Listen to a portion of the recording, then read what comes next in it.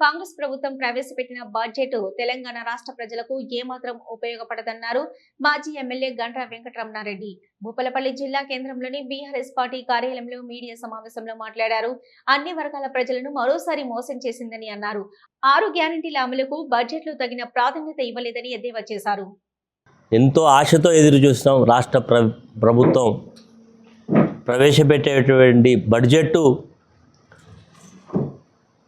అధికారంలోకి రావడానికి ఆనాడు కేసీఆర్ గారి ప్రభుత్వంలో ప్రజా సంక్షేమానికి పెద్దపీట వేసి రైతాంగానికి అపూర్వమైనటువంటి కొత్త పథకాన్ని తీసుకొచ్చి రైతు బంధు ప్రవేశపెట్టి అన్ని వర్గాల ప్రజలకు మేలు చేసేటువంటి ప్రయత్నం చేస్తూ ఉంటే మేము వాటన్నిటికంటే భిన్నంగా మాకు ఒక అవకాశం ఇవ్వండి, ఒక మార్పు ఇవ్వండి, మార్పు వస్తే మేము ఎన్నో చేస్తామని ప్రజలకు ఒక విశ్వాసం కలిగించి 6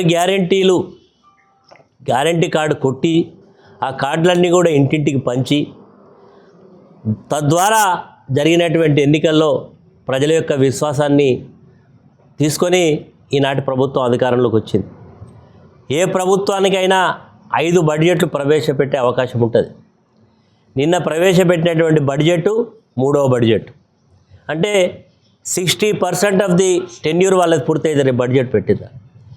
వారు అధికారంలోకి వచ్చే ఆ రోజు ప్రతిపక్షంలో ఉన్నప్పుడు వారు చెప్పినటువంటి హామీ, మేము అధికారంలోకి వస్తే 100 రోజులలో ఈ 6 గ్యారెంటీలు అమలు చేస్తాం, అమలు చేయడమే కాదు దీనికి చట్టబద్ధత కల్పిస్తాం అని ఎన్నికల్లో హామీ ఇచ్చింది.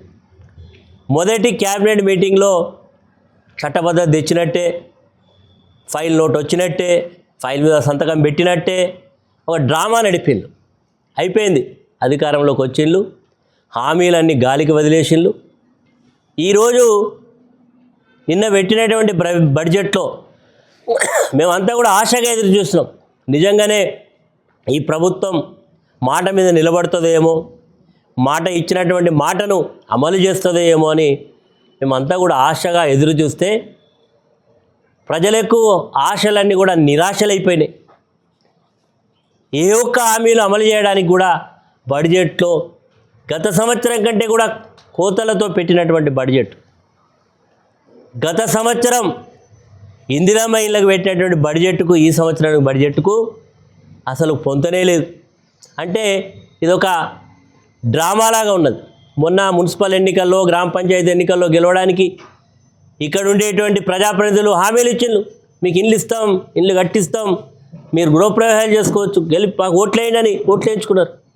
కానీ ఆ బడ్జెట్ కేటాయింపులు చూస్తే ప్రభుత్వం ఇల్లు ఇచ్చే పరిస్థితులు లేవు అనేది స్పష్టంగా కనబడతా ఉన్నది. అదేవిధంగా ప్రజలను ఊరిస్తూ ఉన్నాడు. రైతు బంధు వచ్చే వచ్చే వచ్చే ఎప్పుడు వస్తుంది రైతు బంధు?